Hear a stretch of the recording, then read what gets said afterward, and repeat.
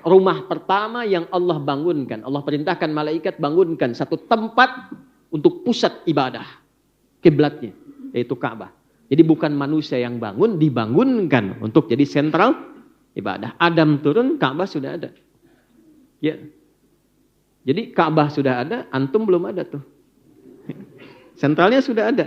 Nah, di era Nabi Nuh yang lengkap itu atasnya ya dengan izin Allah nanti hikmahnya besar sekali, kena banjir atasnya, tersapu. Sehingga tersisa pondasinya saja. Gak kelihatan. Maka di era Nabi Ibrahim alaihissalam diperintahkan kembali meninggikan pondasi itu sehingga utuh kembali ke atas.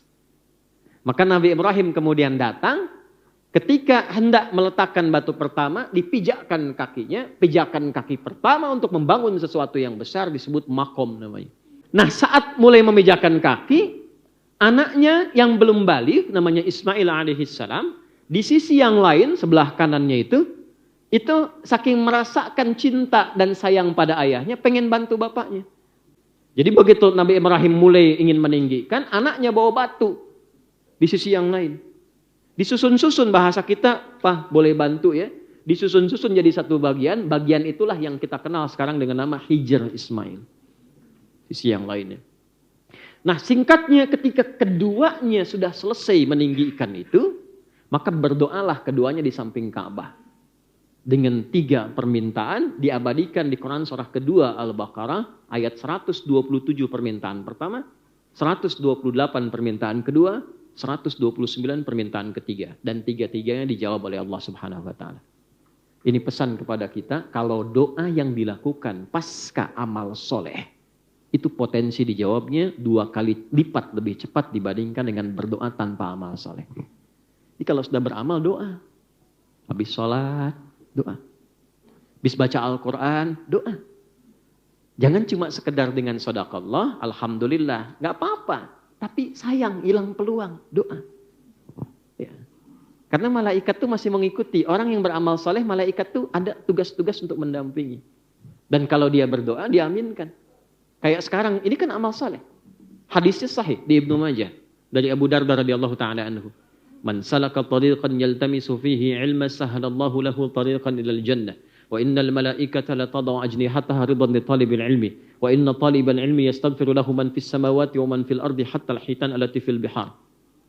Jika ada siapapun melangkahkan kakinya dengan niat tulus untuk belajar, walaupun satu ayat, satu hadis, setiap derap langkahnya dari tempat dia menetap sampai ke tempat belajar, itu diperintahkan oleh Allah kepada malaikat, catat setiap langkahnya dan balas itu untuk meringankan langkahnya saat hisab ke surganya. Ya, belum selesai hadisnya, jangan amin dulu. Ya. Kemudian yang kedua apa? Allah perintahkan pada malaikat, bentangkan sayapmu, berikan ridho kepadanya. Nah, bentangan sayap malaikat ini punya 3 arti. Di antara 3 ini, makna yang pertama mengaminkan doa orang yang bermohon saat belajar. Jadi ketika Anda berangkat, isi dengan istighfar. Ya, kan pernah dengar kisah viral kan? Seorang pembunuh 99 sampai dengan 100, itu kan Allah terima taubatnya saat berangkat ke majelis ilmu. Dan belum nyampe. Di tengah jalan meninggal. Belum nyampe ke majelis ilmu, Pak, Bu. Di tengah jalan meninggal.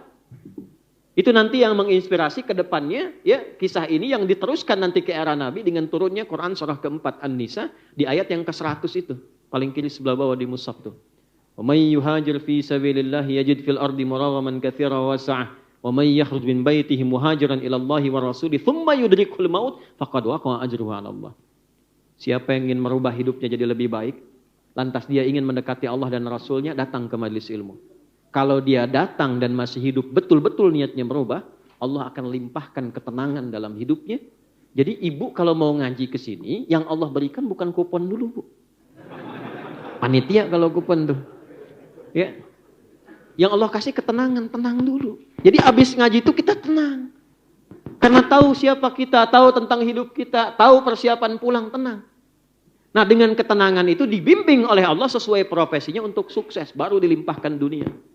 Jadi jangan berharap kalau ngaji itu dapat dunia dulu. Dunia itu kecil. Kenal Allah dulu. Kenal Allah dulu. Kalau ada orang berangkat dengan niat itu, belum sampai ke majelis ilmu, wafat di tengah jalan. Allah perintahkan malaikat, catat pahalanya yang menggugurkan dosa-dosanya. Kalau istighfar di jalannya. Tapi kalau cuma foto-foto, bikin status, nggak dapet itu. Ya. Nah, balik ke ayat tadi ya, kita kembalikan. Nah, karena itu, kembalikan ke Hijr tadi, ya, kembalikan ke Hijr tadi. 3 doa semua dikabulkan. Setelah beramal soleh, isi dengan doa.